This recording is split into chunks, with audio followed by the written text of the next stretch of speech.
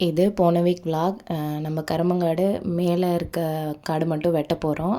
அதுக்காக நம்ம காட்டில் இருக்க முனியப்பனுக்கு கற்பூரம் ஊதிபத்தி எலுமிச்சம்பழம் எல்லாம் அறுத்து வச்சு சாமி கும்பிட்டு, அடுத்து நம்ம கரும்பு வெட்ட போகிற வயலில் சனி மூலையிலையும் கற்பூரம் ஊதிபத்தி வச்சு சாமி கும்பிட்டு கரும்பு வெட்டியாச்சுங்க. ஏன்னா அவங்க வந்து அடுத்த நாள் ஒரு 6 மணிக்கெலாம் காலையில் நேரமாக கரும்பு வெட்ட வருவோன்னு சொல்லிட்டாங்க. அதனால் நாங்கள் முந்தின நாளே சாமி கும்பிட்டு கரும்புலாம் வெட்டி எல்லாம் ரெடி பண்ணியாச்சு. அப்புறம் கரும்பு வெட்டுறீங்க மறுநாள் காலையில் வந்து ஒரு 6 மணிக்கெலாம் வந்து வெட்ட ஆரம்பிச்சிட்டாங்க. இங்கே மேல்காட்டில் வந்து 4 வயல் இருக்குங்க. சின்ன வயல் 2, பெரிய வயல் 2.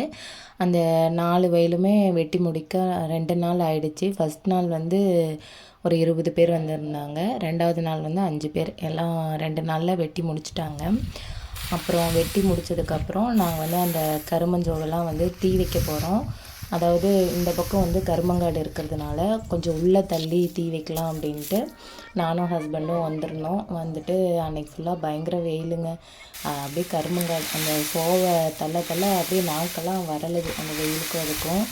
அன்றைக்கி ஒரு 3-4 மணி போல் ஆகிடுச்சு எல்லாம் தள்ளி முடித்து இது பண்ணுறதுக்கு. அடுத்த நாள் வந்து ஹஸ்பண்ட் தீ வச்சுட்டாங்க. அப்புறம் இப்போ மேல்காடு மட்டும்தாங்க கரும்பு வெட்டியிருக்கோம். கீழ்காடெலாம் இன்னும் ஒரு 20 நாளுக்கு மேலே ஆகும்னு சொல்லிட்டாங்க. இப்போ இந்த வயலில் வந்து நம்ம வேலை ஆரம்பிக்க போகிறோம். அது என்ன வேலைங்கிறத நெக்ஸ்ட் வீடியோவில் பார்க்கலாம். தேங்க்ஸ் ஃபார் வாட்சிங். பாய்.